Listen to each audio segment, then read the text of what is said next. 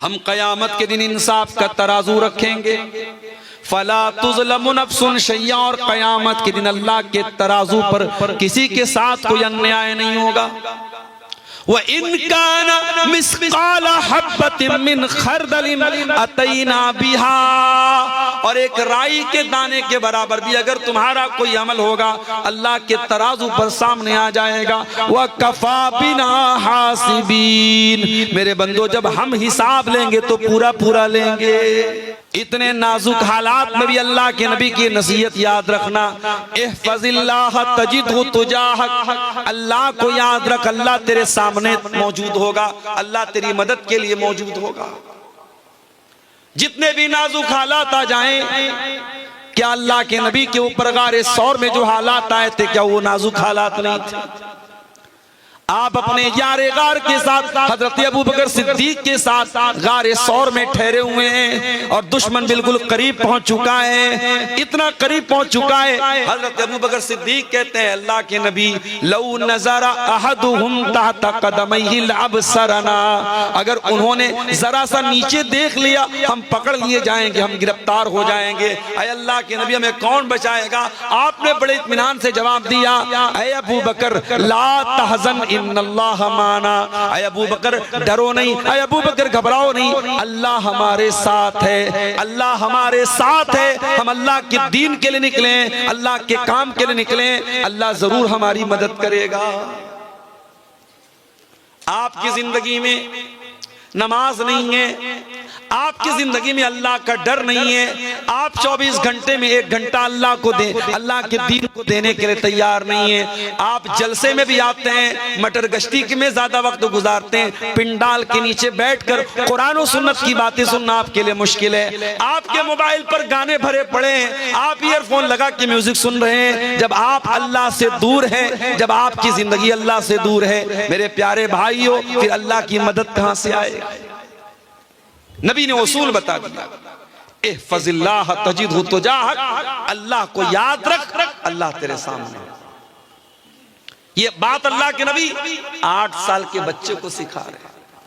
और अगला जुमला सुनिए, अल्लाह के प्यारे नबी फरमाते हैं, वालम अन्नल उम्मता लविज्तमात अला अन यनफऊका बिशैइन ला यनफऊका इल्ला बिशैइन क़द कतबहुल्लाहु लक।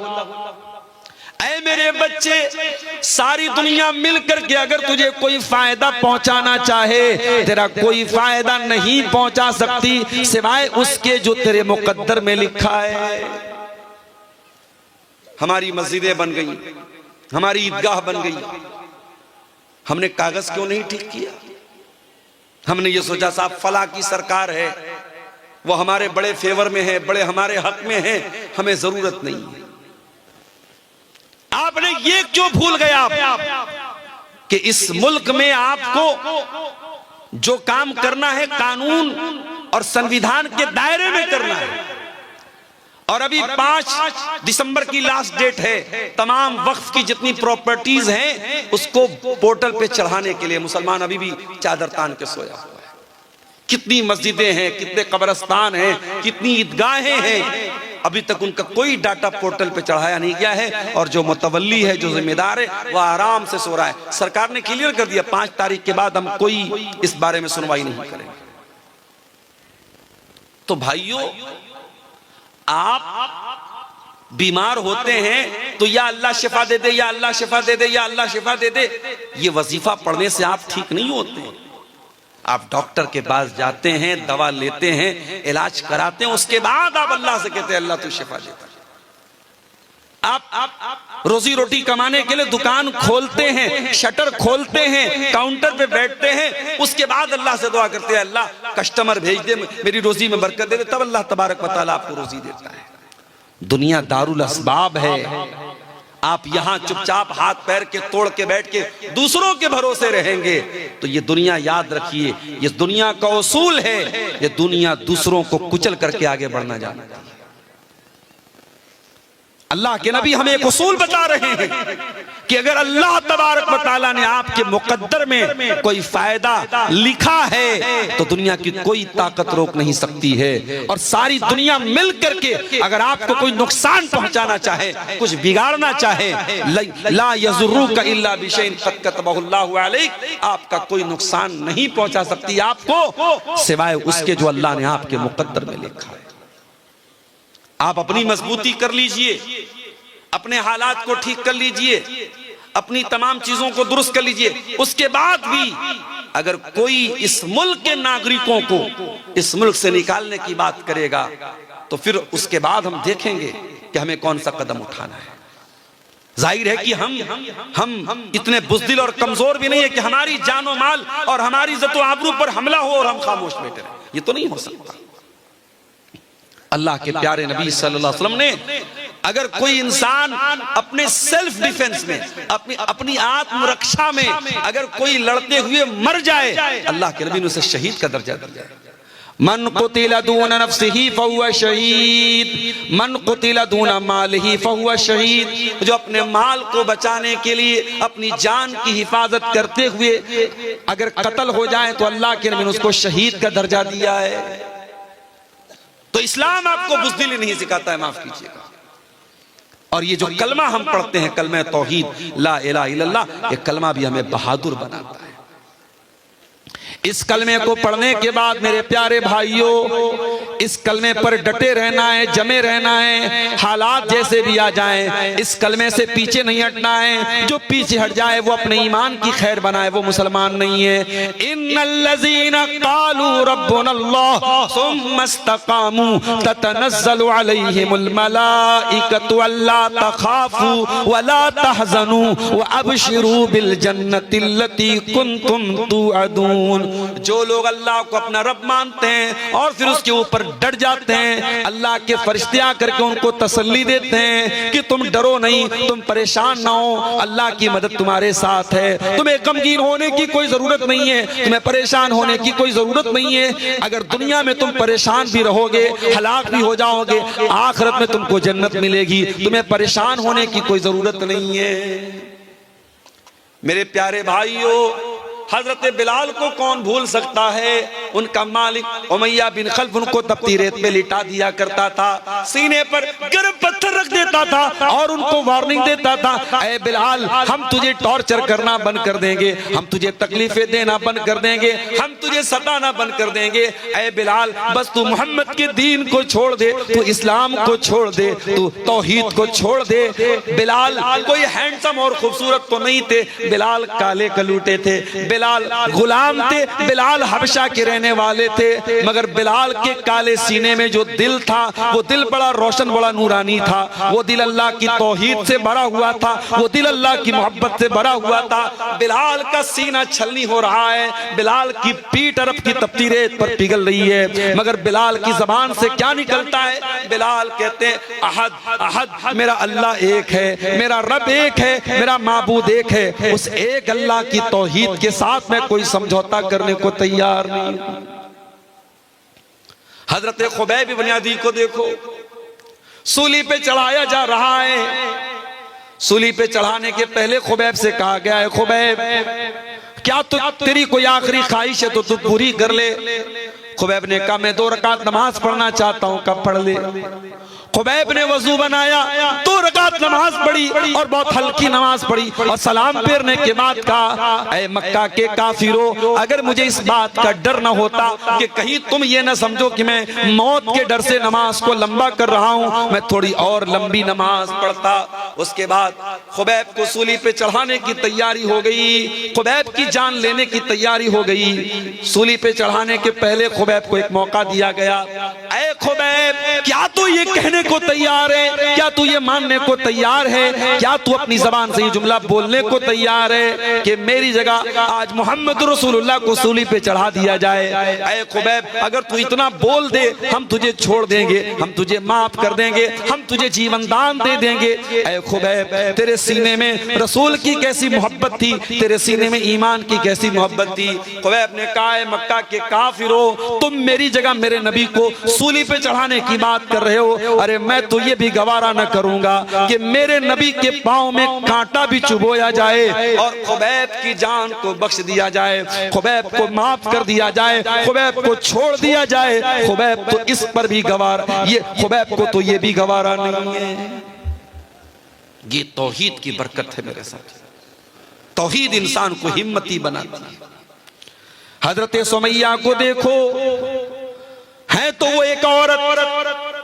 दुनिया वाले कहते औरत बड़ी कमजोर होती है, औरत बड़ी जज्बाती होती है, औरत बड़ी नाजुक होती है। मैं कहता हूं अगर औरत ईमान वाली बन जाए, तौहीद वाली बन जाए, इस्लाम वाली बन जाए, ये पहाड़ों से ज्यादा मजबूत बन सकती है। सुमैया बूढ़ी हो चुकी हैं, जवान बेटा उनका अम्मार है और उनके शौहर यासिर हैं। बाप शौहर के सामने बीवी और माँ के सामने बेटे को ये धमकी दी जा रही है। अबू जहल ये धमकी देता है, ऐ सुमैया बिन्त खय्यात, अगर तूने इस्लाम न छोड़ा, अगर तूने मोहम्मद का दीन न छोड़ा, ऐ सुमैया हम तेरे बदन के कपड़े उतार देंगे, हम तुझे मादर जात नंगा कर देंगे, हम तुझे सर से पैर तक नंगा कर देंगे, निर्वस्त्र कर देंगे, तेरे बदन के कपड़े उतार देंगे। सुमैया बिन्त खय्यात इस्लाम छोड़ने को तैयार नहीं, तौहीद से समझौता करने को तैयार नहीं, मोहम्मद का दीन छोड़ने को तैयार नहीं। बिल आखिर अबू जहल ने सुमैया को नंगा कर दिया, जवान बेटे के सामने उसकी मां को बरहना कर दिया और बड़ी बेदर्दी से बर्छी मार के हजरत सुमैया को शहीद कर दिया। इस्लाम की राह में पहला खून बहाने वाली अगर कोई औरत है वो सुमैया बिन्त खय्यात है। मेरे प्यारे भाइयों, एक औरत होने के बावजूद सुमैया ने जान तो दे दी मगर ईमान से समझौता न किया। सुमैया ने कयामत तक आने वाले मुसलमानों को ये मैसेज दिया, वो तौहीद पे चलने वालों, हालात से घबरा न जाना, हालात से परेशान न हो जाना। अगर तुम तौहीद वाले हो तो अपने कलेजे को मजबूत कर लेना। तौहीद आपको मजबूत बनाती है मेरे भाई। तौहीद का मानने वाला एक अल्लाह को मानता है। ऐसा नहीं है नवंबर में उसका माबूद कोई और है, दिसंबर में कोई और है, जनवरी में कोई और है, फरवरी में कोई और है, गर्मी का देवता कोई और है, जाड़े का देवता कोई और है, दौलत कोई और दे रहा है, ताकत कोई और दे रहा है। ऐसा नहीं है। उसे दौलत अगर मांगनी हो अल्लाह से मांगेगा, उसे शिफा मांगनी हो अल्लाह से मांगेगा। हजरत यूसुफ अलैहिस्सलाम को देखो, यूसुफ कहां पहुंच गए?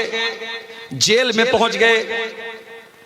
जबकि हजरत यूसुफ नबी थे, बाप भी नबी थे, वो भी नबी थे, बहुत खूबसूरत थे हजरत यूसुफ अलैहिस्सलाम। लेकिन हालात देखो मेरे भाइयों, बेकसूर होने के बावजूद, बेगुनाह होने के बावजूद यूसुफ अलैहिस्सलाम जेल की काल कोठरी में पहुंच गए। और ये मत समझना कि जेल में जब वो पहुंच गए तो उसको वो मुसीबत समझ रहे थे। वो खुद अल्लाह से दुआ मांग रहे थे, अल्लाह मुझको जेल में पहुंचा दे। क्यों दुआ मांग रहे थे? आओ उनकी दुआ पढ़ के सुना देता हूं। कितनी प्यारी दुआ करते हजरत यूसुफ अलैहिस्सलाम। कहते रब्बी सिजनु अहब्बु इलैया मिम्मा यदऊननी इलैहि। ऐ अल्लाह, ये औरतें, ये मिस्र की औरतें मुझसे गलत काम करवाना चाहती हैं। ऐ अल्लाह, ये अजीज मिस्र की बीवी मुझसे ज़िना करवाना चाहती है। ऐ अल्लाह, ये मुझसे गलत काम करवाना चाहते हैं। ऐ अल्लाह, रब्बी सिजनु अहब्बु इलैया मिम्मा यदऊननी इलैहि। ऐ अल्लाह, ये औरतें मुझसे जो काम करवाना चाहती हैं उससे बेहतर तो ये है, ऐ अल्लाह मुझे तू जेल की काल कोठरी में डाल दे।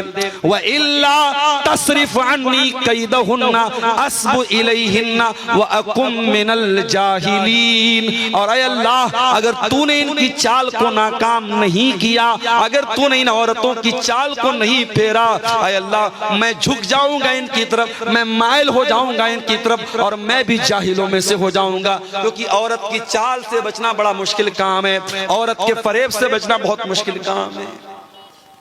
अगर यूसुफ अलैहिस्सलाम जैसे पैगंबर को इस बात का डर है कि औरत के फंदे में वो न फंस जाएं, तो आज के कमजोर ईमान वाले नौजवानों, आप अपने दामन को भी बहुत बचा के रखिए। जमाना बहुत नाजुक है, औरत का फितना बड़ी तेजी से समाज में फैल रहा है। मैं माफ कीजिए अगर हमारी माएं बहनें सुन रही हैं, मैं जब औरत का लफ्ज बोल रहा हूं तो कोई ये ना समझे कि मैं तमाम औरतों को जिम्मेदार करार दे रहा हूं इन हालात का, नहीं। लेकिन ये अल्लाह के नबी की हदीस भी है कि दुनिया का सबसे बड़ा फितना, इस उम्मत के मर्दों के लिए सबसे बड़ा फितना औरत का फितना है। और ये औरत कब फितना बनती है? जब इस्लाम से दूर होती है, जब दीन से दूर होती है, जब बेहया होती है, जब बच्चलन होती है, जब ये खूबसूरत कपड़े पहनकर मेकअप करके सज के संवर के अपने हुस्न की नुमाइश करती है, तब ये औरत फितना बनती है। और यही औरत अगर इस्लाम के दायरे में रहे तो दुनिया की सबसे बड़ी नेमत बन जाती है। अल्लाह के नबी ने फरमाया, दुनिया का सबसे बड़ा खजाना 3 चीजें हैं, 3 चीजों को खजाना बना लो, 3 चीजों को स्टोर कर लो, 3 चीजों को अपने घर में बचा के रख लो, कल्बन शाकिरा व लिसानन जाकिरा व ज़ौजतन मुमिनतन तुईनुहु अला अम्रिल आखिरा। अपने सीने में ऐसा दिल पैदा कर लो जो अल्लाह का शुक्र अदा करने वाला हो, अपने मुंह में ऐसी जबान पैदा कर लो जो अल्लाह का जिक्र करने वाली हो, और ऐसी औरत अपने घर में लेके आ जाओ जो दीनदार हो और दीन में तुम्हारी मदद करे, दीन के कामों में तुम्हारी मदद करे। मेरे प्यारे साथियों, हजरत यूसुफ अलैहिस्सलाम उस औरत के फितने से बचने की दुआ करते और कहते हैं, अल्लाह मुझे तू जेल में पहुंचा। अल्लाह ने यूसुफ अलैहिस्सलाम की दुआ कबूल कर ली। यूसुफ बेगुनाह थे, फिर भी जेल में पहुंच गए, और जेल में पहुंचने के बाद यूसुफ अलैहिस्सलाम आराम से नहीं बैठ गए। हम और आप होते तो जेल में पहुंच करके आंसू बहाते, हम कहां चले आए। न तो घर के जैसा बिस्तर है, न तो घर के जैसा खाना है, न माँ है पास में, न बाप है पास में। और यूसुफ नबी के बेटे हैं, पैगंबर के बेटे हैं, बड़े बाप के बेटे हैं, बड़े नाज़ो नेमत से उनको पाला गया था, और आज कहां पहुंच गए? कैद खाने में पहुंच गए। कोई अपराध भी नहीं किया, कोई कसूर भी नहीं है, लेकिन यूसुफ अलैहिस्सलाम जेल की काल कोठरी में पहुंचने के बाद भी अपने मिशन को नहीं भूलते हैं। वो जेल के अंदर जो कैद खाने के अंदर जो साथी होते हैं, उनको तौहीद की दावत देने लगते हैं, उनको इस्लाम के बारे में बताने लगते हैं। 2 कैदियों से कहते हैं, या साहिब इस सिजनी अरबाबुम मुतफर्रिकून खैरुन अमिल्लाहुल वाहिदुल कहार। ऐ मेरे कैद खाने के साथियों, ये बताओ कि एक अल्लाह ज्यादा बेहतर है या कई खुदाओं को मानना ज्यादा बेहतर है? मा ताबुदून मिन दूनिही इल्ला अस्माअन सम्मैतुमूहा अंतुम व आबाउकुम मा अंज़लल्लाहु बिहा मिन सुल्तान। ऐ लोगो, तुम अल्लाह को छोड़ के जिनको पुकारते हो वो तो सिर्फ नाम है जो तुमने रख लिए, तुम्हारे बाप दादा ने रख लिए, उनकी अल्लाह ने कोई दलील नहीं उतारी है। भाई नाम रख लिया आपने, किसी का नाम रख लिया आपने गौसे आजम, सबसे बड़ा मदद करने वाले, किसी का नाम रख लिया गरीब नवाज, गरीबों को देने वाला, किसी का नाम रख लिया दस्तगीर, हाथ पकड़ने वाला, किसी का नाम रख लिया दाता देने वाला, किसी का नाम आपने रख लिया मुश्किल कुशा। आपने नाम रख लिए हैं, अल्लाह को छोड़ करके इनकी कोई हकीकत नहीं है, अल्लाह के सिवा कोई देने वाला नहीं है। मेरे प्यारे, तो तौहीद आपके ज़हन को सुकून देती है। मेरे प्यारे साथी, तौहीद पर चलने वाला एक रास्ते पर चलता है। प्राणपुर से कटिहार जाने वाला रास्ता अगर हमको पकड़ना है और हम पीछे मनिहारी का रास्ता पकड़ लें, कहीं और निकल जाएं, हम मंजिल से भटक जाएंगे। अगर आप तौहीद पर चल रहे हैं तो तौहीद आपको सिरात मुस्तकीम के रास्ते पे लेके जाएगी, जन्नत के रास्ते पे लेके जाएगी। और यही वजह है तौहीद पर चलने वाला वो इधर उधर भटकता नहीं, कभी यहां कभी वहां नहीं रहता है, वो एक प्लेटफॉर्म पे रहता है। इहदिनस सिरातल मुस्तकीम, वो 5 टाइम अल्लाह से यही दुआ करता है, अल्लाह हमको सिरात मुस्तकीम पे कायम रख, हमको इसी सीधे रास्ते पे चलने की तौफीक दे। तौहीद पे चलने वाला सुकून की दौलत से माला माल होता है। मेरे प्यारे नौजवान साथियों, आपसे एक बात कहना चाहता हूं, सुकून किस चीज का नाम है? क्या ज्यादा पैसा कमा लेने का नाम सुकून है? माफ करना, बड़े बड़े अरबपतियों को रात में सोने के लिए स्लीपिंग पिल्स लेनी पड़ती है, नींद की दवाएं लेनी पड़ती हैं। और किसी गांव का कोई गरीब आदमी रात में साग रोटी खा लेता है, मछली भात खा लेता है, दाल चावल खा लेता है और आराम से सो जाता है।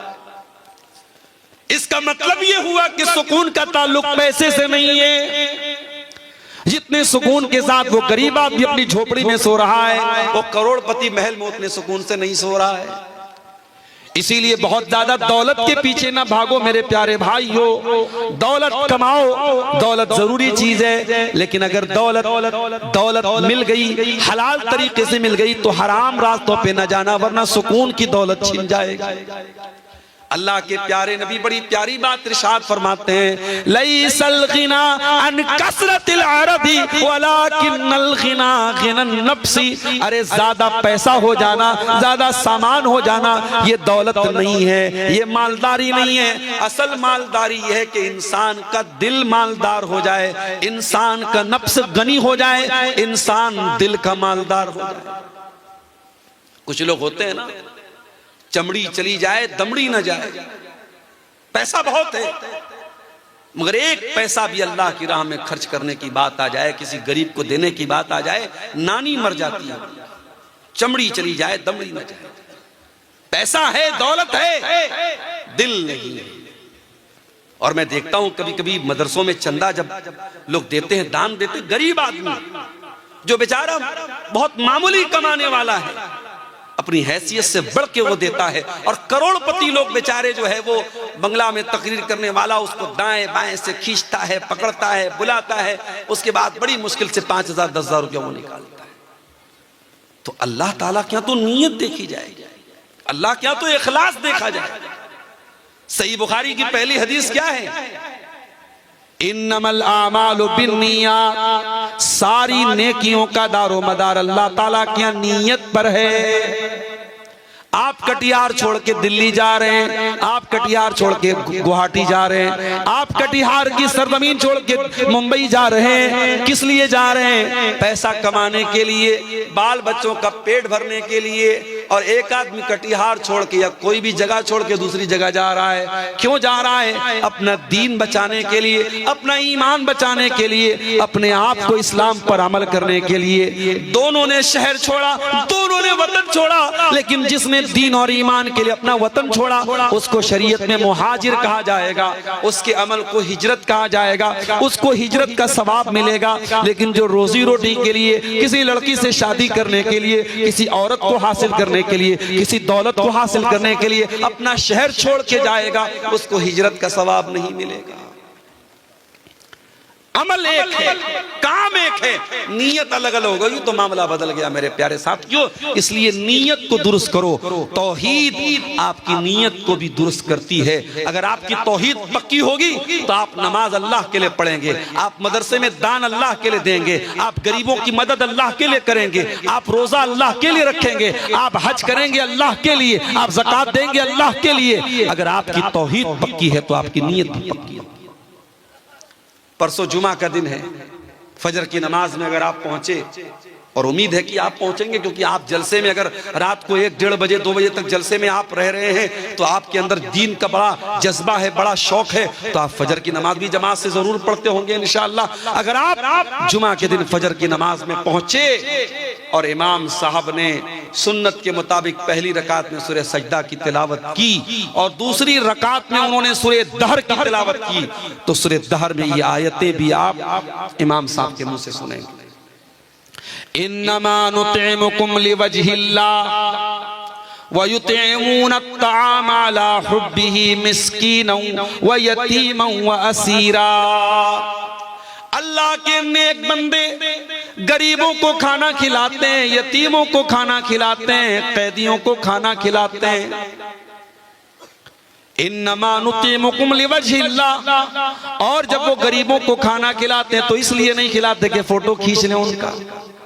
हम लोग भी कहीं जाते हैं जलसों में, प्रोग्रामों में, तो अब ये सेल्फी लेने वाले जो हमारे नौजवान हैं वो दस्तरखान पे भी जाके सेल्फी ले। मैं मना करता हूँ, भैया मत फोटो मत लो। ऐसे ही लोग उलमा को बदनाम करते, उलमा खाते बहुत हैं, मौलवी खाता बहुत है। और जब ये कहो कि भाई अपने बच्चे को मौलवी बनाओ तो कहते हैं खाएगा कहां से। बड़ी अजीब बात है। ऐसे तो बोलेंगे मौलवी खाता बहुत है, और बच्चे को आलिम बनाने की बात कहो तो बोलेंगे खाएगा कहां से। तो दस्तरखान पर भी हमारे फोटो लिए जा रहे हैं। क्यों साहब? स्टेटस पे लगाएंगे, मोबाइल पे लगाएंगे, फेसबुक पे डालेंगे, अब्दुल गफ्फार साहब देसी मुर्गा खा रहा है? एक जगह जलसे में अपनी बेटी को लेके चला गया। ये यूट्यूबर लोग, अल्लाह इनको माफ करे, इनको थंबनेल लगाना भी नहीं आता। नेपाल में एक जलसे में अभी गया अपनी बच्ची को लेके, तो एक यूट्यूबर ने थंबनेल लगाया, अब्दुल गफ्फार सलवी अपनी बेटी को ले गया, जलसा में ले गया, तकरीर में ले गया। अरे भाई ले गए बोल दो भाई, क्या मतलब जबान ऐसी हो चुकी है कि वो समझ में नहीं आता कि उनको हिंदी में क्या लिखना चाहिए। तो खाना आदमी खा रहा है, उसका भी लोग फोटो ले रहे हैं। फोटो ठीक है, मैं उसको हराम नहीं मानता, लेकिन बिला वजह बिला जरूरत आप कम से कम उलमा को खाने के टाइम तो बख्श दो भाई। आदमी खाना खा रहा है, उसकी क्या पोजीशन है, किस हालत में वो मुंह बनाए हुए, आप उसी हालत में फोटो ले रहे हो। मैं बहुत सख्ती से मना करता हूं कि भाई फोटो कम से कम खाना खाने के टाइम तो फोटो मत। कई बार ऐसा होता है, जलसा तकरीर करके मुझे निकलना है, फौरन ट्रेन पकड़नी है, भागना है, मौलाना एक सेल्फी लेना है, मौलाना एक, अबे तुम्हारी सेल्फी के चक्कर में भाई मेरी ट्रेन छूट जाएगी। तो फोटो लेने का, सेल्फी लेने का बड़ा शौक है। तो बात ये किससे निकली? खाने से बात निकली। अल्लाह के नेक बंदे खाना खिलाते हैं गरीबों को, लेकिन जब खाना खिलाते हैं तो थैंक यू सुनने के लिए नहीं, जज़ाकल्लाह खैर सुनने के लिए नहीं, शुक्रिया सुनने के लिए नहीं। कहते इन्नमा नुतइमुकुम लिवजहिल्लाह, हम तुम्हें अल्लाह ताला की रजा के लिए खाना खिला रहे हैं। ला नुरीदु मिनकुम जज़ाअन वला शुकूरा, हमें तुमसे कोई बदला नहीं चाहिए, हमें तुमसे कोई शुक्रिया नहीं चाहिए। इन्ना नखाफु मिर रब्बिना यौमन अबूसन कमतरीरा, हम तो अल्लाह के अजाब से डरते हैं, हम तो कयामत के दिन से डरते हैं, और इसलिए हम तुमको खाना खिला रहे हैं। मेरे प्यारे भाइयों, तौहीद में मजबूत हो जाओगे तो नीयत भी अच्छी हो जाएगी। मदीना में एक आदमी का इंतकाल हो गया। इंतकाल के बाद जब उनको जनाजे के लिए उनको जब नहलाया जाने लगा, जब उनको मैयत को गुस्ल दिया जाने लगा, उनकी पीठ के ऊपर बड़े बड़े मोटे मोटे निशान पाए गए बोरे के। नहलाने वालों ने कहा ये तो बहुत बड़ी हस्ती थी, ये तो अल्लाह के नबी के अहले बैत में से थे, अल्लाह के रसूल के घर वालों में से थे, ये तो नबी के नवासे के बेटे थे। नवासे के बेटे को क्या बोलेंगे? हमारे यहाँ पर नवासा बोलते हैं, आप क्या क्या बोलते हैं? पर नवासा ही बोलते हैं। नबी के पर नवासे हैं, ये नवासे के बेटे हैं। अली इब्ने हुसैन उनका नाम था। उनको गुस्ल दिया जा रहा है और पीठ पर मोटे मोटे बोरे के निशान। नहलाने वालों ने लोगों से पूछा क्या मामला है, इनकी पीठ पर ये निशानात कैसे हैं? बात उड़ते उड़ते मदीना में फैल गई। मदीना के कुछ गरीब घरों तक ये बात पहुंची। उन गरीबों ने आकर के कहा अल्लाह की कसम हमें पता चल गया इनकी पीठ पर ये मोटे मोटे निशान क्यों हैं। कहा महीने की पहली तारीख आती थी, हर महीने की पहली तारीख को हमारे घर का महीने भर का राशन अल्लाह का कोई नेक बंदा बोरे में भर के अपनी पीठ पे लाद के महीने की पहली तारीख को हमारे घरों पे पहुंचा दिया करता था। रात के सन्नाटे में वो आता था, हमें पता भी नहीं चलता था वो अनाज लाने वाला कौन है, वो राशन लाने वाला कौन है। और ऐसा एक नहीं कई परिवारों के साथ ऐसा हो रहा था, कई फैमिली के साथ ऐसा हो रहा था। आज अली बिन हुसैन की पीठ पर पाए जाने वाले इन निशानों ने उनकी छुपी हुई नेकी को आम कर दिया। जिस नेकी को उन्होंने जिंदगी भर छुपा करके रखा, आज उनकी नेकी दुनिया के सामने आ गई और दुनिया को पता चल गया कि मदीना के उन गरीब परिवारों को खाना पहुंचाने वाला, राशन पहुंचाने वाला और अनाज पहुंचाने वाला कोई और नहीं, नबी के अहले बैत का एक फर्द था, अली बिन हुसैन। ये इखलास होता है मेरे प्यारे साथियों, तौहीद की बरकत से आपके अंदर इखलास आता है। अगर आप तौहीद में पक्के हो जाएंगे, अल्लाह ताला आपको सुकून की दौलत भी देगा। वही सुकून जिस सुकून को तलाश करने वाले आज कहां कहां तलाश कर रहे हैं। ये शराबी शराब क्यों पी रहा है, ये जिना करने वाला जिना क्यों कर रहा है, ये लड़कियों से चैटिंग क्यों कर रहा है, ये पाउडर के जरिए ड्रग्स क्यों ले रहा है। इन तमाम लोगों से पूछ तो कहते हम तो सुकून के लिए ऐसा कर रहे हैं। शराब पीने वाला सुकून के लिए शराब पी रहा है, सिगरेट पीने वाला सुकून के लिए सिगरेट पी रहा है, खैनी खाने वाला सिगरेट के लिए सुकून के लिए खैनी खा रहा है। यानी जितने ये नशे की चीजें हैं ये सब सुकून के लिए कर रहा है। ऐ सुकून की तलाश में ये हराम काम करने वालों, ऐ शराब में डूबे इंसानों, ऐ नशे की लत में मुब्तला नौजवानों, ऐ लड़कियों से चैटिंग करके अपने आप को सुकून पहुंचाने का ख्वाब देखने वालों, आओ कुरान तुमको बताता है सुकून कहाँ मिलेगा। कुरान तुमको नुस्खा बताता है, कुरान तुमको तरीका बताता है। अला बिज़िक्रिल्लाहि तत्मइन्नुल कुलूब, मेरे बंदो तुम्हें सुकून मिलेगा तो अल्लाह के जिक्र में मिलेगा, तुम्हें सुकून मिलेगा तो अल्लाह के कलाम में मिलेगा, तुम्हें सुकून मिलेगा तो अल्लाह को याद करके मिलेगा। आज कितने मुसलमान हैं उनके घर में 24 घंटे में एक बार कोई अल्लाह का नाम लेने वाला नहीं, कोई एक आदमी भी नमाज पढ़ने वाला नहीं, कोई एक औरत भी कुरान पढ़ने वाली नहीं।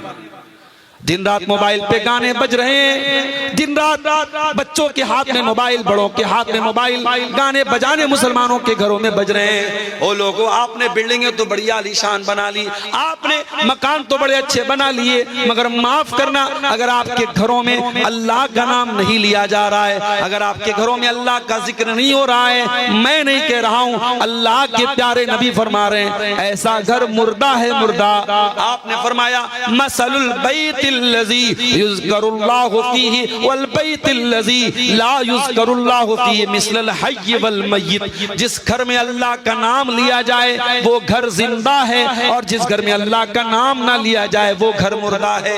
हमारे घर मुर्दा हो चुके हैं, जिन घरों में अल्लाह का नाम ना लिया जाए उन घरों में सुकून कहां से आएगा। अगर आज बच्चे माँ बाप की बात नहीं मानते, माँ बाप बच्चों के साथ नाइंसाफी कर रहे हैं, भाई भाई से लड़ाई कर रहा है, देवरानी जेठानी में आज अगर झगड़े हो रहे हैं, ननद और भाभी में झगड़े हो रहे हैं, तो मेरे प्यारे साथियों, घर में सुकून आए तो कहां से आए, बरकत आए तो कहां से आए। बरकत का तो तरीका हमने खो दिया है, सुकून का तरीका हमने खो दिया है। कुरान कहता है अला बिज़िक्रिल्लाहि तत्मइन्नुल कुलूब, आओ अल्लाह के जिक्र से तुमको सुकून मिलेगा। अभी मैं आज एक साइंसदान के बारे में पढ़ रहा था। थाईलैंड की एक यूनिवर्सिटी चियांग माऊ एक यूनिवर्सिटी है, उसमें एक प्रोफेसर है जो एनाटॉमी के प्रोफेसर है, और उनका नाम क्या है? उनका नाम है तेजा तेलाक। वो थाईलैंड के हैं, थाई प्रोफेसर है, एनाटॉमी के वो प्रोफेसर है। और वो एनाटॉमी का मतलब होता है इंसान के बदन की जो पार्ट्स ऑफ बॉडी हैं, जो शरीर के जो अंग हैं, उस पर वो रिसर्च करते हैं, उसके बारे में वो तहकीक करते हैं। थाईलैंड की उस यूनिवर्सिटी के प्रोफेसर साहब ने जब तहकीक करना शुरू किया, रिसर्च करना शुरू किया, एक सवाल बार बार उनको डिस्टर्ब कर रहा था कि इंसान की बॉडी में जो दर्द होता है, उस दर्द को बदन का कौन सा हिस्सा रिसीव करता है। इंसान की बॉडी में वो जो दर्द होता है, जो पेन होता है, उस दर्द को बॉडी कैसे फील करती है, बॉडी कैसे महसूस करती है। सबसे पहले बॉडी का कौन सा ऐसा अंग है जो दर्द को फील करता है। डॉक्टर साहब परेशान थे, प्रोफेसर साहब परेशान थे। अचानक किसी ने एक दिन उनको कुरान दे दिया। कुरान पढ़ते हुए सूरह निसा की आयत उनकी आंखों से गुजरी। अल्लाह ने फरमाया कुल्लमा नज़िजत जुलूदुहुम बद्दलनाहुम जुलूदन गैरहा, जब जहन्नमी जहन्नम में डाले जाएंगे, उनके बदन की चमड़ी जल जाएगी, खराब हो जाएगी, हम नई चमड़ी चढ़ा देंगे, हम नई चमड़ी चढ़ा देंगे। ले यज़ूक़ुल अज़ाब, ताकि बार बार वो अजाब का मजा चखें, उनको अजाब का दर्द फील हो, उनको अजाब का दर्द महसूस हो। प्रोफेसर साहब ने जब कुरान की आयत पढ़ी, उन्होंने कहा इसका मतलब ये हुआ कि शरीर में अगर कोई अंग है जो दर्द को सबसे पहले फील करता है, सबसे पहले रिसीव करता है, तो वो इंसान की स्किन है, इंसान की चमड़ी है, इंसान की त्वचा है।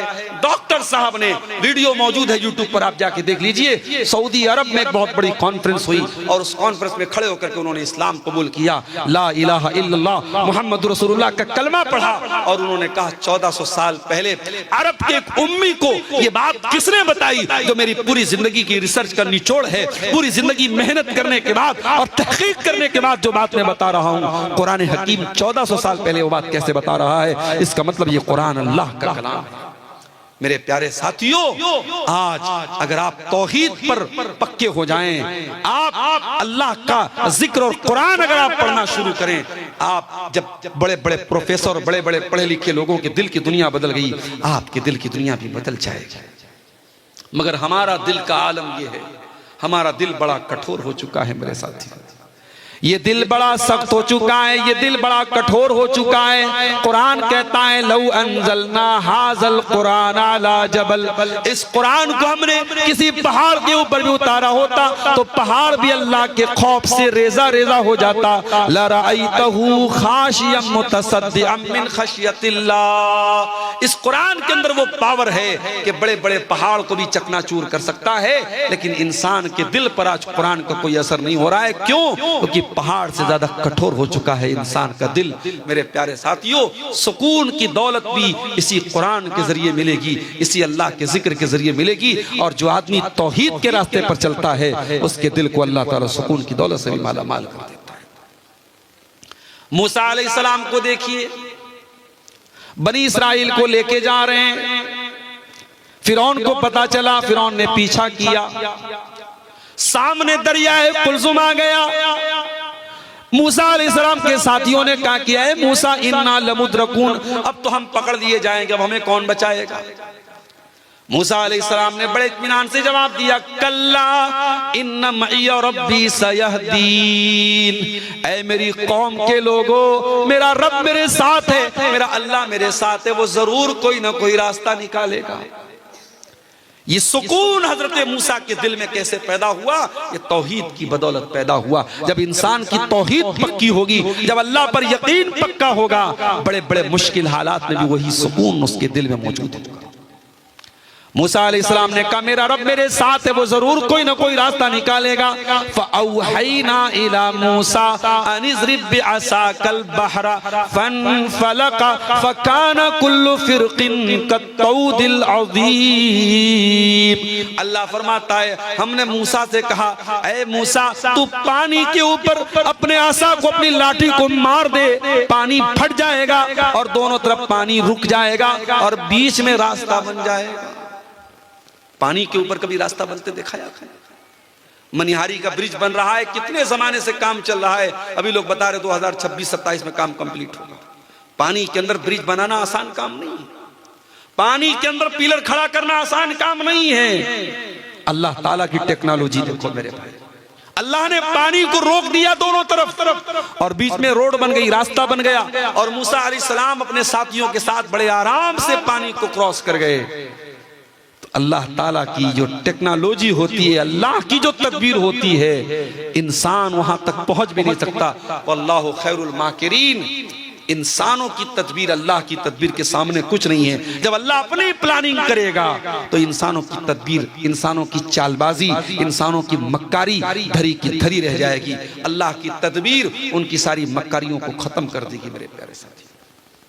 तो तौहीद पे चलने वाला सुकून की दौलत से माला माल होता है। जो इंसान तौहीद पर चलता है वो अल्लाह के कैमरे से हमेशा डरता रहता है।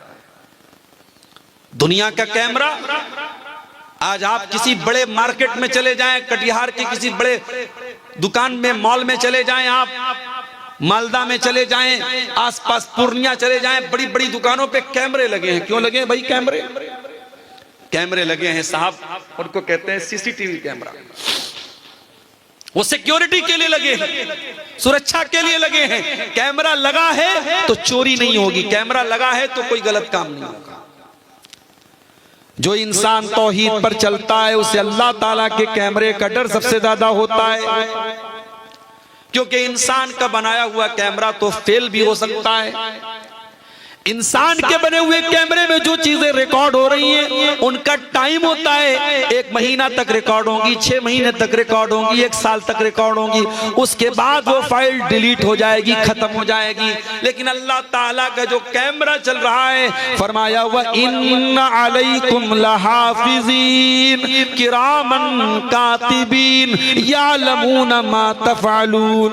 मेरे बंदो, हमने तुम्हारे आमाल को रिकॉर्ड करने के लिए फरिश्तों को लगा दिया है, वो तुम्हारी एक एक एक्टिविटी को रिकॉर्ड कर रहे हैं और जो कुछ तुम कर रहे हो मेरे फरिश्ते रिकॉर्ड कर रहे हैं। और फरिश्तों की जो ये रिकॉर्डिंग हो रही है ये डिलीट होने वाली नहीं है, ये बंद होने वाली नहीं है मेरे प्यारे साथी। जो इंसान तौहीद पे चलता है उसे अल्लाह की पकड़ का डर होता है कि अल्लाह ताला से बच के कहां जाएंगे। यही वजह है हजरत लुकमान अपने बच्चे से कहते हैं, या बुनैया इन्नहा इन तकु मिस्काला हब्बतिन मिन खरदल, ऐ मेरे बच्चे अगर एक राई के दाने के बराबर भी कोई चीज होगी, फतकुन फी सखरा, और किसी चट्टान के अंदर वो चीज छुपी हुई होगी, औ फी समा, आसमानों में कहीं होगी, औ फिल अर्ज़ी, या जमीन पे कहीं होगी, अल्लाह ताला राई के दाने के बराबर चीज को भी सामने ले आए। अल्लाह के नबी के पास एक सहाबी आए, कहा अल्लाह के रसूल मेरे कुछ गुलाम हैं, मेरे साथ बदतमीजी करते हैं, मैं कभी कभी मार देता हूं, बुरा भला कह देता हूं। ऐ अल्लाह के रसूल क्या मेरी पकड़ होगी अल्लाह के यहां? अपने गुलामों को अगर मार दिया, पीट दिया, बुरा भला कह दिया, क्या मेरी पकड़ होगी अल्लाह के यहां? अल्लाह के नबी ने कुरान की आयत पढ़ी, वनज़उल मवाज़ीनल क़िस्त लियौमिल क़ियामह, हम क़यामत के दिन इंसाफ का तराजू रखेंगे, फला तुज़लमु नफ्सुन शैया, और क़यामत के दिन अल्लाह के तराजू पर किसी के साथ कोई अन्याय नहीं होगा। व इनकाना मिस्काला हब्बतिन मिन खरदलिन अतैना बिहा, और एक राई के दाने के बराबर भी अगर तुम्हारा कोई अमल होगा अल्लाह के तराजू पर सामने आ जाएगा। व कफा बिना हासिबीन, मेरे बंदो जब हम हिसाब लेंगे तो पूरा पूरा लेंगे। अल्लाह के नबी ने कुरान की आयत पढ़ी और कहा कि ऐ मेरे सहाबी, आप अपने गुलामों को जो मारते हैं, पीटते हैं, जो बुरा भला कहते हैं, उसको कैलकुलेट किया जाएगा, उसको नापा जाएगा, उसको तौला जाएगा। अगर आपके गुलामों की जो बदतमीजी है, आपके गुलामों की जो नाफरमानी है, अगर वो ज्यादा निकली और आपकी सजा कम निकली तो आपको उनकी नेकी मिल जाएगी, आपके गुनाह कुछ कम हो जाएंगे। लेकिन अगर आपने अपने गुलामों को जो सजा दी है, जो मारा है, जो पीटा है, अगर आपकी सजा ज्यादा है और आपके गुलामों की गलती कम है तो फिर उनके गुनाह आपके ऊपर लादे जाएंगे और आपको अपनी नेकियों से हाथ धोना पड़ेगा। अल्लाह। सहाबी एक कोने में जाके रोने लगे, बड़ी देर तक रोते रहे, आंसू बहाते रहे और रोते हुए कहने लगे, अल्लाह के नबी इन्नी उशहिदुका अला अन्नहुम अहरार, अय अल्लाह के नबी इतना बड़ा खतरा मैं मोल नहीं ले सकता, अपने गुलामों को मैं मार रहा हूँ, पीट रहा हूँ, अगर इसके बदले कयामत के दिन मुझे उनके गुनाह मेरे ऊपर लाद दिए जाएं और मेरी नेकियों से मुझे हाथ धोना पड़े, मैं इतना बड़ा रिस्क नहीं ले सकता, मैं इतना बड़ा खतरा मोल नहीं ले सकता। अय अल्लाह के नबी मैं आपको गवाह बना के कहता हूँ, मैं अपने सारे गुलामों को आजाद कर रहा हूं। अल्लाह अकबर। ये होती है तौहीद की बरकत। जब इंसान तौहीद पे चलता है उसके दिल में अल्लाह का डर होता है कि मुझे अल्लाह को हिसाब देना है। और जब तौहीद पर नहीं चलता है, जब अल्लाह का कोई डर नहीं होता है तो चोर बन जाता है, बेईमान बन जाता है, करप्ट बन जाता है, भ्रष्टाचारी बन जाता है। मेरे प्यारे साथियों, हजरत अब्दुल्लाह इब्न उमर को देखो, सफर में जा रहे हैं, प्यास लगी, भूख लगी, एक चरवाहा उनको मिला, देखा चरवाहे के साथ बकरियां बहुत सारी हैं, कहा कि है मेरे भाई किसी बकरी का दूध पिला दे, मैं कीमत दे देता हूं, पैसा दे देता हूं। चरवाहा बोला कि नहीं, ये बकरियां मेरी नहीं है, मेरे मालिक की है, मुझे सिर्फ बकरी चराने को बोला गया है, मैं किसी बकरी का दूध आपको नहीं पिला सकता। अब्दुल्लाह इब्न उमर को बड़ी हैरत है, ये चरवाहा आदमी है, गुलाम है, इसको इतनी अकल है, इतना शऊर है कि मैंने बकरी का दूध मांगा, ये नहीं दे रहा है, कह रहा है मेरे मालिक की बकरी है। उन्होंने आजमाने के लिए, उसका इम्तिहान लेने के लिए कहा, ऐ चरवाहे एक काम कर दो, अपनी बकरियों में से एक बकरी मुझको दे दे, मैं तुझको उसकी कीमत दे देता हूं। मालिक पूछे तो बता देना कि बकरी को भेड़िया लेके चला गया, भेड़िया आया तो एक बकरी को लेके चला गया, मालिक तुझे कोई सजा नहीं देगा और तुझे पैसे भी मिल जाएंगे, तेरा भी काम बन जाएगा, मेरा भी काम बन जाएगा, मैं बकरी का दूध दूह लूंगा, जरूरत पड़ी तो ज़बा कर लूंगा, मेरा भी फायदा तेरा भी फायदा। चरवाहे ने कहा बहुत अच्छे, बहुत अच्छे, बहुत अच्छा ऑफर पेश किया आपने। अय अब्दुल्लाह इब्न उमर, आपका ऑफर बुरा नहीं है, आपका ऑफर बहुत अच्छा है। आप भी खुश, मैं भी खुश, मालिक भी खुश। बस मुझे एक सवाल का जवाब दे दीजिए, फ़अैन अल्लाह, अल्लाह को क्या जवाब दूंगा? कल अल्लाह पूछेगा कयामत के दिन कि तूने अपने मालिक के साथ गद्दारी की, चीटिंग की, फ्रॉड किया, धोखा किया, बेवकूफ बनाया अपने मालिक को। मैं अल्लाह को क्या जवाब दूंगा? बस मुझको इतना बता दीजिए। उस चरवाहे के मुंह से फ़अैन अल्लाह, अल्लाह कहा गया, मैं अल्लाह को क्या जवाब दूंगा? ये सुनकर के अब्दुल्लाह बिन उमर रोने लगे, आंखों से आंसू जारी हो गए। पूछा तेरा मालिक कौन है? मदीना आए, मालिक का पता लगाया और मालिक को कीमत दे करके उस गुलाम को आजाद कर दिया। और आजाद करने के टाइम उस गुलाम से कहा, ऐ चरवाहे, ऐ कल तक तू गुलाम रहने वाला इंसान, आज इस तरह एक जुमले ने तुझको दुनिया की गुलामी से बचा लिया है और मुझे उम्मीद है कल कयामत की जहन्नम की आग से भी तुझे ये जुमला बचा लेगा। अल्लाह अकबर। अल्लाह का ये डर तौहीद जब दिल में होगी तब पैदा होगा मेरे साथी। जब आप तौहीद के पक्के होंगे तो अल्लाह का ये डर आपके दिल में पैदा हो जाएगा। हजरत उमर को देखो, गश्त लगा रहे हैं अपने दौरे हुकूमत में, दुनिया आराम से सोती है और उमर फारूक आम लोगों का कपड़ा पहन के गश्त लगाते हैं पूरे इलाके में, पूरे मदीना में। कौन भूखा है, कौन प्यासा है, कौन परेशान है, लोगों की मदद करते हैं। हजरत उमर का गुजर एक मकान के पास से होता है। अंदर से एक औरत की आवाज आती है। औरत अपनी बच्ची से कह रही है, अपनी बेटी से कह रही है, अरे बेटी सुबह दूध बेचने जाना है, उठ करके तू दूध में पानी मिला दे। बेटी कहती अम्मी जान, क्या आपने अमीरुल मोमिनीन का ऑर्डर नहीं सुना? क्या हजरत उमर का हुक्म आपने नहीं सुना कि दूध में पानी मिलाना अपराध और जुर्म है? अम्मी जान, आप कानून की खिलाफ वर्जी कैसे कर सकती हैं? माँ ने कहा बेटा रात का सन्नाटा है, उमर आराम से अपने घर में लेटे होंगे, उमर कहां यहां देख रहे हैं, तू उठ करके दूध में पानी मिला। बेटी ने कहा अम्मी जान, उमर ला यराना फरब उमर यराना, अगर उमर हमको नहीं देख रहे कोई बात नहीं, उमर का रब तो हमको देख रहा है। अम्मी जान, कल कयामत के दिन अल्लाह ताला पूछेगा, जब उमर का रब पूछेगा कि तूने दूध में पानी मिला करके फ्रॉड क्यों किया, धोखा क्यों किया, तूने लोगों को असली दूध के नाम पे मिलावटी दूध क्यों बेचा? अम्मी जान, हम अल्लाह को क्या जवाब देंगे? क्या अल्लाह भी नहीं देख रहा है? हजरत उमर ने मकान का नंबर नोट किया, घर आए, सारे बच्चों को बुलाया।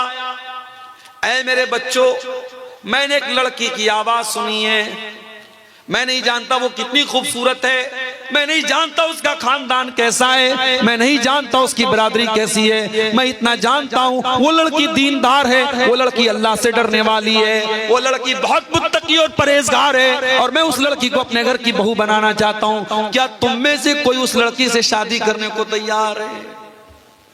हजरत उमर के एक बेटे, उनका नाम आसिम था, उन्होंने कहा कि अब्बा जान मैं शादी करने को तैयार। अल्लाह अकबर।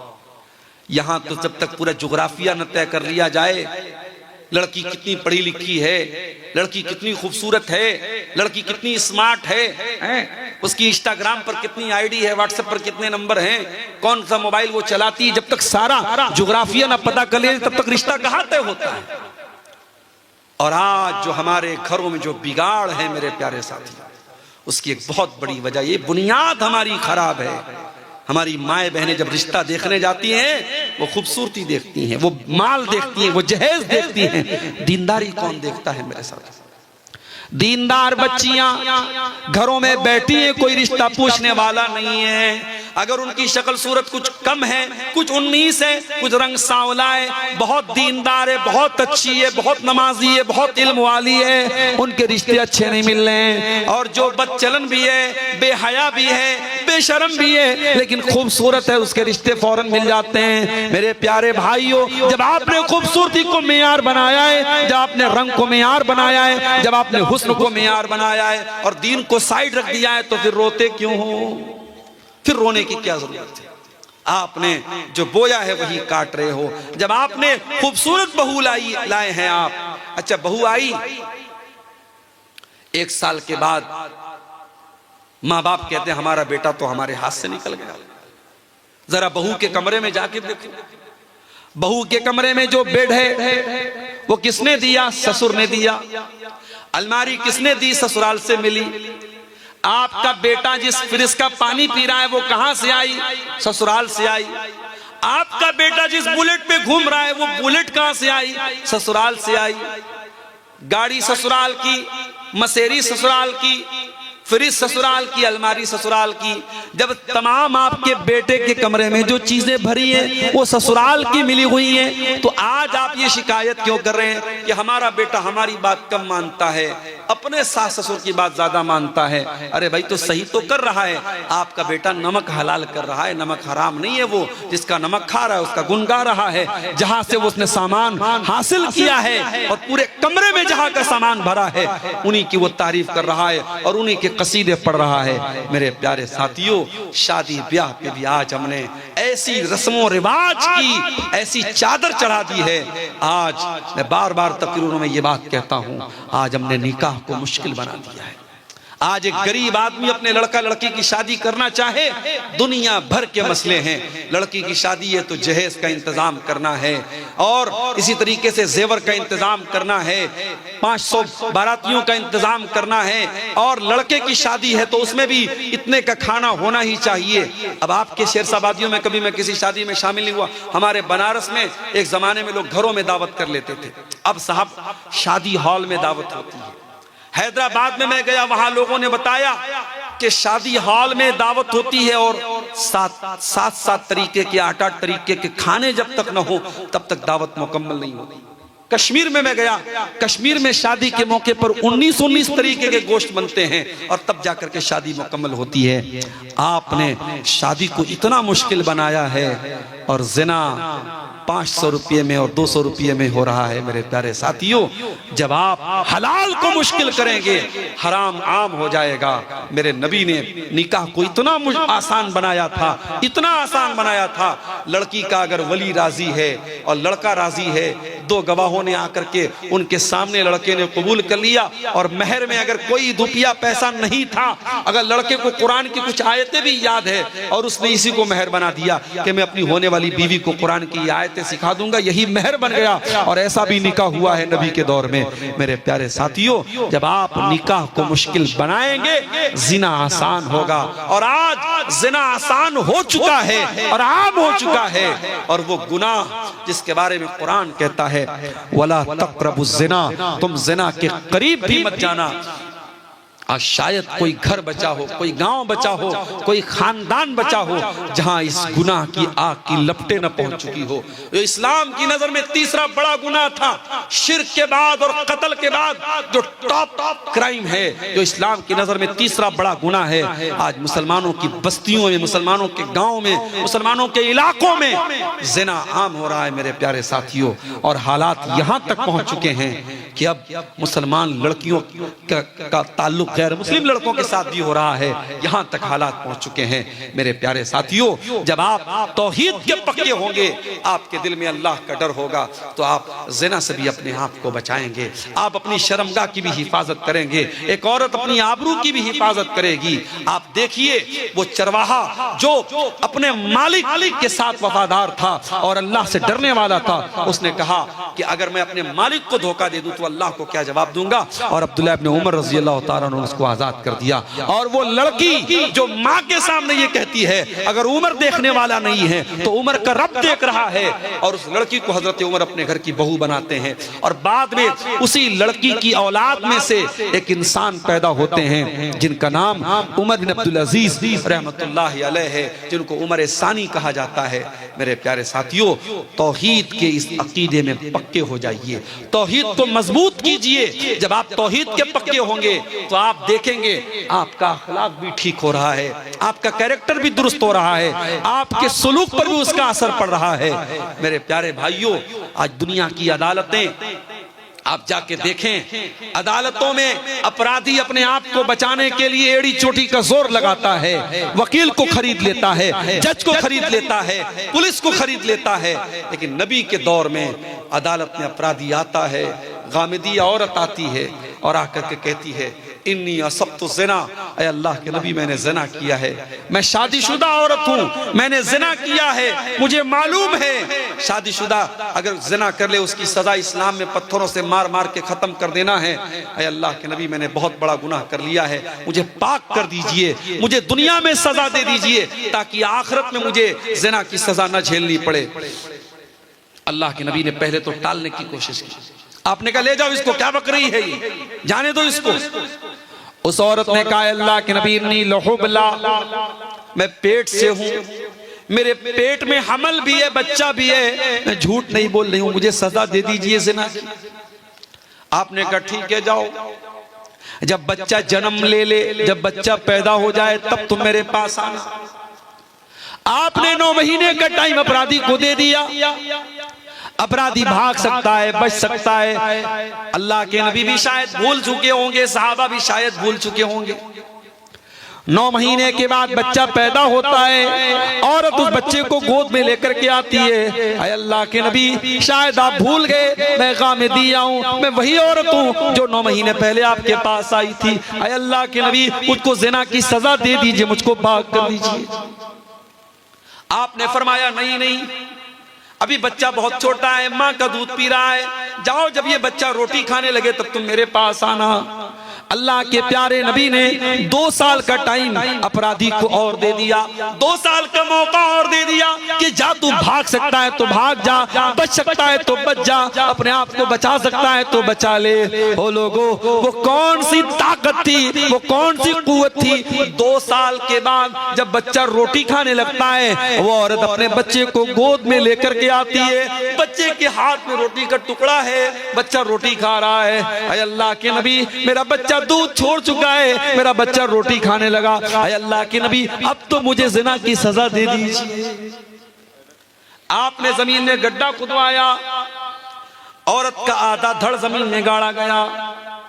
जो इस्लाम में सजा है, शादीशुदा की सजा ज़िना की, पत्थरों से मारा गया, उस औरत को रज्म किया गया। जब पत्थरों से मारा जाने लगा, उस औरत के खून के कुछ छींटे हजरत खालिद बिन वलीद के कपड़ों पर पड़ गए। हजरत खालिद बिन वलीद की जबान से कुछ नाजेबा कलमात निकल गए, कुछ ना मुनासिब कलमात उस औरत के हक में निकल गए। उन्होंने कुछ ऐसी बातें बोल दी कि पता नहीं कैसी औरत का खून मेरे कपड़े पर पड़ गया।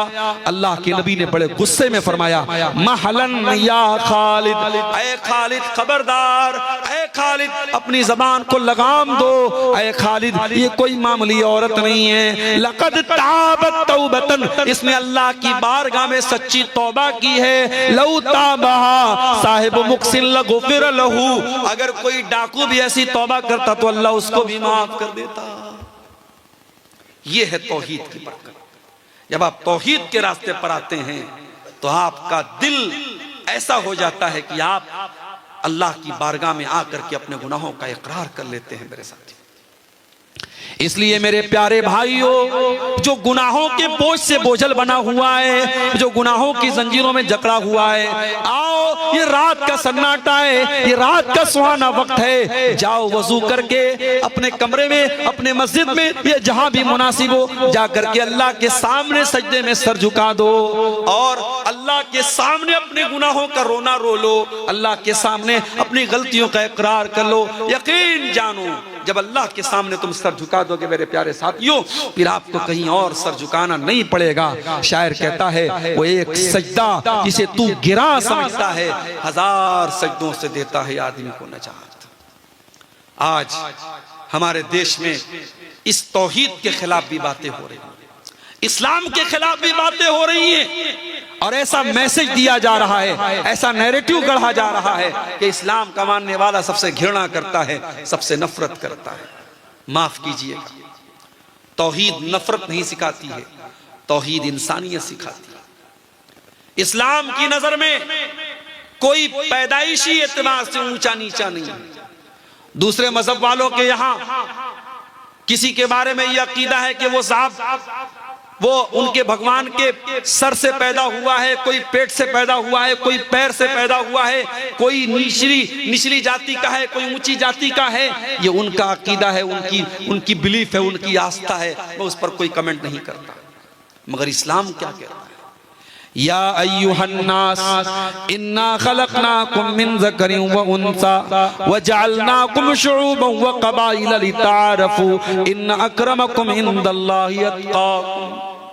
हे मानव जाति, हे इंसानों, तुम एक माता पिता की संतान हो, आदम की औलाद हो, हव्वा की औलाद हो। हाँ, तुम्हारे कबीले अलग अलग है, तुम्हारे खानदान अलग अलग हैं। कोई शेरशाबादी है, कोई अंसारी है, कोई शेख है, कोई बंगाली है, कोई बिहार का रहने वाला है, कोई कुरैशी है, कोई उस्मानी है, कोई कुछ है। ये खानदान अलग अलग हैं, ये बरादरियां अलग अलग हैं। ओ लोगों, ये बरादरियां इसलिए नहीं है लितारफू, ताकि तुम एक दूसरे को अपने से ऊंचा समझो। नहीं, ये बिरादरियां तो पहचान के लिए हैं, ये बिरादरियां तो तुम्हें एक दूसरे को जानने के लिए हैं। इन्ना अक्रमकुम इंदल्लाहि अत्क़ाकुम। अल्लाह ताला क्या तुम्हारी मेरिट अगर बनेगी तो तकवा की बुनियाद पे बनेगी। अल्लाह क्या तुम्हारा दर्जा अगर तय होगा तो तकवा की बुनियाद पर होगा। आप कौन सी बिरादरी के हैं, कौन से खानदान के हैं, आपका बाप कौन था, अल्लाह क्या ये नहीं देखा जाएगा? अल्लाह क्या आपका तकवा आपकी मेरिट तय करेगा। मेरे प्यारे साथियों, हजरत नूह अलैहिस्सलाम का बेटा एक नबी का बेटा होने के बावजूद डूब गया। और शायर कहता है, बगावत पर हुआ आमादा तो डूबे नूह का बेटा। यहाँ नामो नसब की बरतरी से कुछ नहीं होता।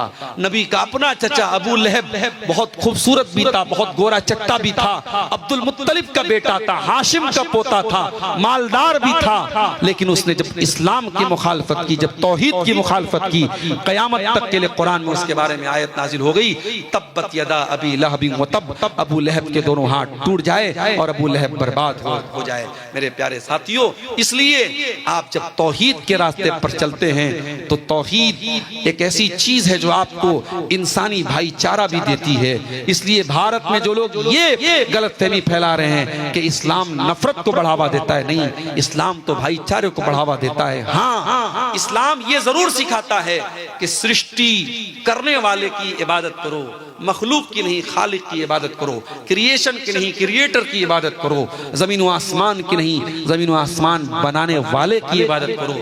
दुनिया की और सारी मजहबी जो ताकतें हैं वो ये कहती हैं सब कुछ खुदा है, और इस्लाम ये कहता है सब कुछ खुदा का है, सब कुछ अल्लाह का है, सब कुछ अल्लाह की तरफ से है। और जब मरने वाला मरता है मुसलमानों के यहाँ तो हमें जुमला पढ़ते हैं, इन्ना लिल्लाहि व इन्ना इलैहि राजिऊन, कि हम सब अल्लाह की प्रॉपर्टी हैं और हमें मर के अल्लाह ही की तरफ पलट के जाना है। मेरे प्यारे साथियों, तौहीद के कुछ समरात और तौहीद के ये कुछ फवायद मैंने आपके सामने बयान किए हैं। मैं उम्मीद करता हूँ कि आप इस जो मैसेज दिया गया है इस तकरीर में, तौहीद का जो दर्स आपके सामने रखा गया है, उसको आप अपने ज़हनों में उतारेंगे। हम अल्लाह से दुआ करते हैं, रब्बुल आलमीन हमें कलमे तौहीद के तकाज़ों को समझने की तौफीक अता फरमा। रब्बुल आलमीन हमें मरते दम तक तौहीद पे चलने वाला बना दे। इलाल आलमीन हमें शिर्क व बिदअत से हमारी हिफाजत फरमा। ऐ अल्लाह, जिस इदारे के लिए आज का ये प्रोग्राम मुनक़िद हुआ है, इस अच्छा कब्रिस्तान के लिए, अल्लाह ताला इस कब्रिस्तान की तामीर या उसकी जो ज़मीन के लिए जो ताउन जिन लोगों ने किया है, अल्लाह उस ताउन को कबूल फरमाए। और जिन लोगों ने इसमें हिस्सा नहीं लिया है उनसे भी बड़े अदब से गुजारिश करूंगा, जाते जाते, चूँकि कब्रिस्तान की ज़मीन भी, आप अभी कल गाजीपुर में मेरा एक प्रोग्राम था, वहाँ लोगों के पास अपना कब्रिस्तान नहीं था तो लोग अपने घरों में ही अपने मुर्दों को दफन कर देते थे, और वहाँ पे बाकायदा कहीं कहीं कब्र के ऊपर मकान बना हुआ है। तो ये कब्र की भी बेहुरमती है और इंसानी लाश की भी बेहुरमती है। इसलिए मुसलमानों की बस्ती में कब्रिस्तान होना चाहिए, और कब्रिस्तान के लिए अगर ये प्रोग्राम हो रहा है तो बहुत अच्छा कदम है, और हमें और आपको जरूर इसमें अपना ताउन करना चाहिए। अल्लाह ताला हमारी नेकियों को कबूल फरमाए। जब तक हम दुनिया में जिंदा रहें, इस्लाम पर जिंदा रहें, और हमारा खात्मा भी ईमान पर हो। और रब्बना तक़ब्बल मिन्ना इन्नका अंतस समीउल अलीम व तुब अलैना इन्नका अंतत तव्वाबुर रहीम। व सल्लल्लाहु तआला अला नबीना मुहम्मद व अला आलिहि व सहबिहि अजमईन। वस्सलामु अलैकुम व रहमतुल्लाहि व बरकातुहू। वालेकुम अस्सलाम व रहमतुल्लाहि व बरकातुहू। जज़ाकुमुल्लाहु खैरल जज़ा। ये थे जनाब मौलाना अब्दुल गफ्फार साहब सलफ़ी हफ़िज़हुल्लाह, जो लगातार आपकी खिदमत में 1.5 घंटा से है उसी आका ए आली जाह को ज़ेबा। वो है सारे जहानों का खुदाए बर तरो बाला, बराबर सारी मखलूकात का है पालने वाला। बहुत ही मेहरबान है वो, बड़ा ही मेहरबान है वो, सदा रहमत फशा रहमत फशा रहमत फशा है वो। वही रोज़े क़यामत का अकेला हुक्मरान होगा, किसी का मशवरा होगा न कोई दरमियां होगा। खुदावंदा तेरे आगे हम अपना सर झुकाते हैं, तुझी को पूजते हैं, हम तुझी से लौ लगाते हैं। खुदावंदा तुझी से हम, तुझी से चाहते हैं हम मददगारी, तुझे आती है अपने आरज़ूमंदों की दिलदारी। दिखा दे हमको सीधी राह पर ले चल, जिन्हें तूने नवाजा है उन्हीं की राह पर ले चल।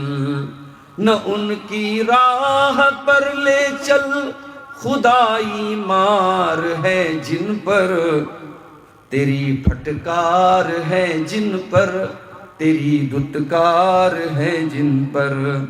न उनकी राह पर ले चल, भटक कर रह गए हैं जो, मुलम्मा की तरह चमके चमक कर रह गए हैं जो। सदर मोहतरम, उलमाए किराम, मोहतरम बुजुर्गों, नौजवान साथियों, माँओं और बहनों, प्यारे बच्चों,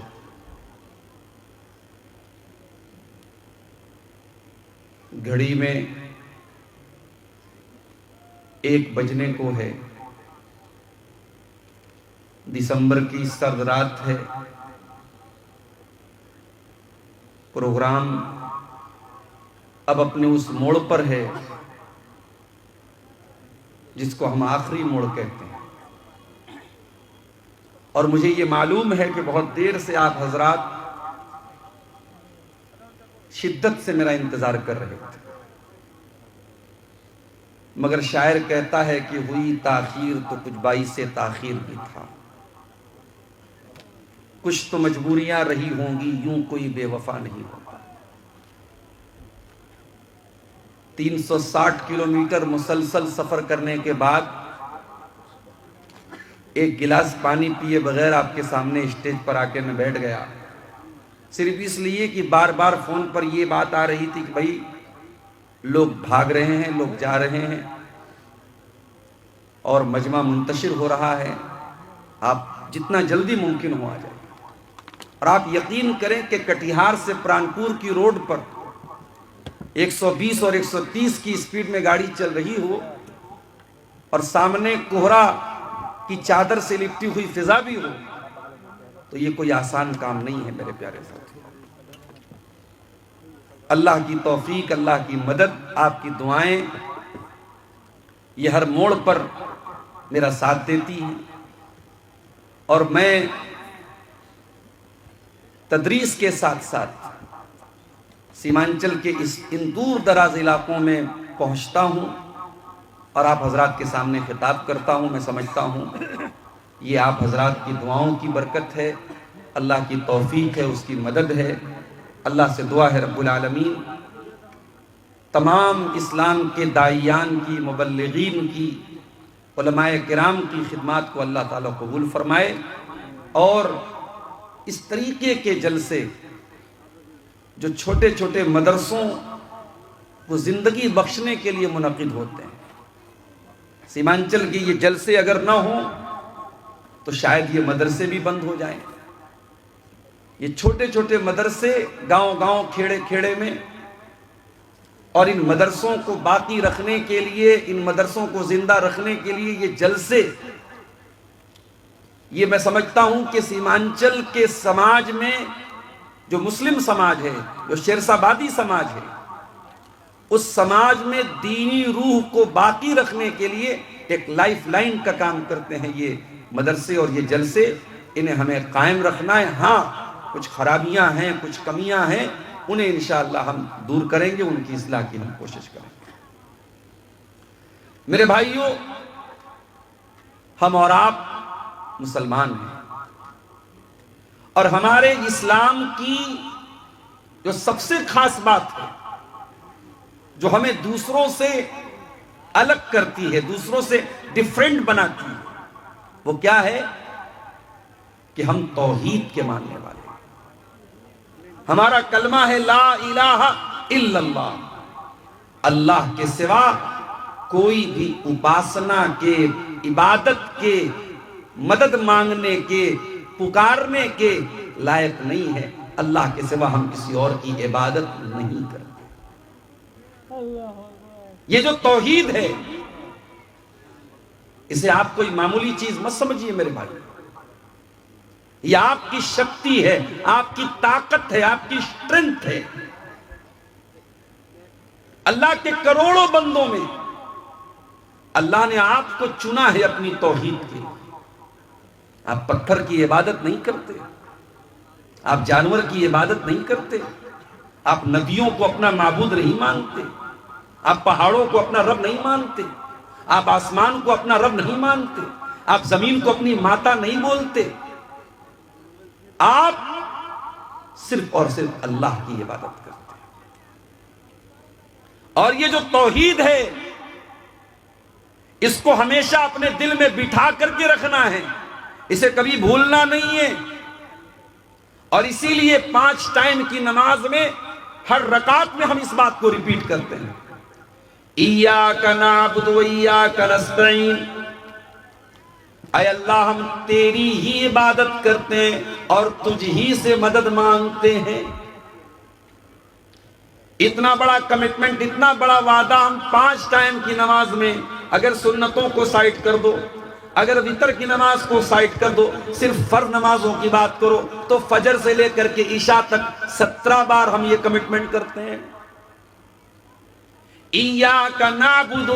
ऐ अल्लाह, हमारा माबूद तू है, हमारा मुश्किल कुशा तू है, हमारा सहारा तू है, हमारी बिगड़ी बनाने वाला तू है, हमारे हालात को बदलने वाला तू है। हम बीमार हो जाएं तो शिफा देने वाला तू है, हम दुखों में पड़ जाएं हमारे दुखों को दूर करने वाला तू है। इय्याका नअबुदु व इय्याका नस्तईन। ऐ अल्लाह, हम तेरी ही इबादत करते हैं और तुझ ही से मदद मांगते हैं। इस अकीदे को अल्लाह के नबी ने बच्चे बच्चे को सिखाया था। अब्दुल्लाह इब्न अब्बास को देखो, 8-10 साल के बच्चे हैं वो, अल्लाह के प्यारे नबी के साथ ऊंटनी के ऊपर सवार हैं।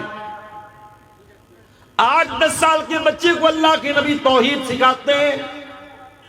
ओ सीमांचल के मुसलमानों, ओ मेरे शेरशाबादी भाइयों, आपने अपने बच्चों को तौहीद कब सिखाई थी, कब समझाई थी, कब बैठ करके उसको अल्लाह के बारे में बताया था? जरा गौर करो। अल्लाह के नबी अपने चचा के बेटे से कह रहे, इब्ने अब्बास कह रहे, इज़ा सअलता फस्अलिल्लाह व इज़ा इस्तअनता फस्तईन बिल्लाह। ऐ मेरे बच्चे, मांगना अल्लाह से मदद मांगना, अल्लाह के सिवा किसी और के आगे हाथ मत फैलाना। उसके बाद अल्लाह के नबी फरमाते हैं कि ऐ मेरे बच्चे, इहफज़िल्लाह तजिदहु तुजाहक, तू अल्लाह ताला के कानून की हिफाजत कर, अल्लाह के कानून का ख्याल कर, अल्लाह के हलाल और हराम का ख्याल कर, अल्लाह ताला तेरी हिफाजत करेगा। एहफज़िल्लाह तजिदहु तुजाहक, ऐ मेरे बच्चे तू अल्लाह को याद रख, अल्लाह हमेशा तेरी मदद के लिए तेरे सामने होगा।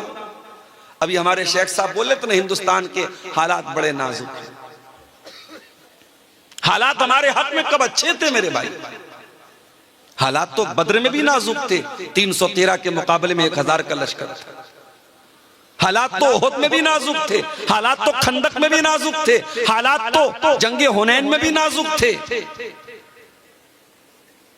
आप जब अपने आप को मुसलमान कहते हैं तो आपको यह मान के चलना चाहिए कि आप कांटों के रास्ते पे चल रहे हैं, आप कोई फूलों की सेज पे नहीं चल रहे। चुमी गोयम मुसलमानम बलर्जम के दानम मुश्किलाते ला इलारा। जब मैं कहता हूं कि मैं मुसलमान हूं, मैं कांप जाता हूं, क्योंकि मैं जानता हूं ला इलाहा इल्लल्लाह कहना आसान काम नहीं है। इसके रास्ते में बड़ी दुश्वारियां हैं, बड़े ब्रेकर्स हैं, बड़ी रुकावटें हैं।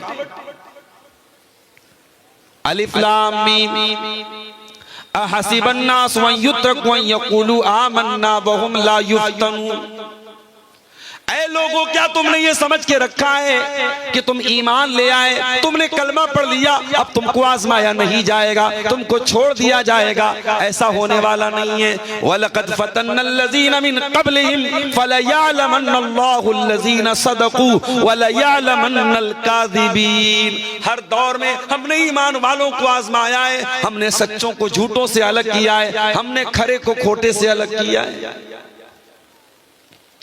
हिंदुस्तान के मौजूदा हालात ये फिल्टर का काम करेंगे, ये खरे और खोटे को अलग करेंगे, ये हालात बताएंगे कौन अपने ईमान में मजबूत है और कौन हालात के तहत समझौता कर लेता है।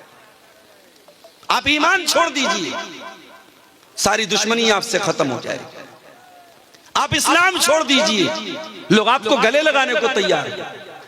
आपकी मुसलमान लड़कियों को फंसाने के लिए, उनको इस्लाम से दूर करने के लिए बाकायदा पैकेज दिए जा रहे हैं कि भाई इतनी मुसलमान लड़कियों को फंसाओ, हम इतना पैसा देंगे, सरकारी नौकरी देंगे, ये देंगे वो देंगे, पैकेज दिए जा रहे हैं।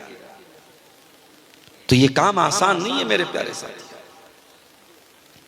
याद रखो मेरे प्यारे साथियों,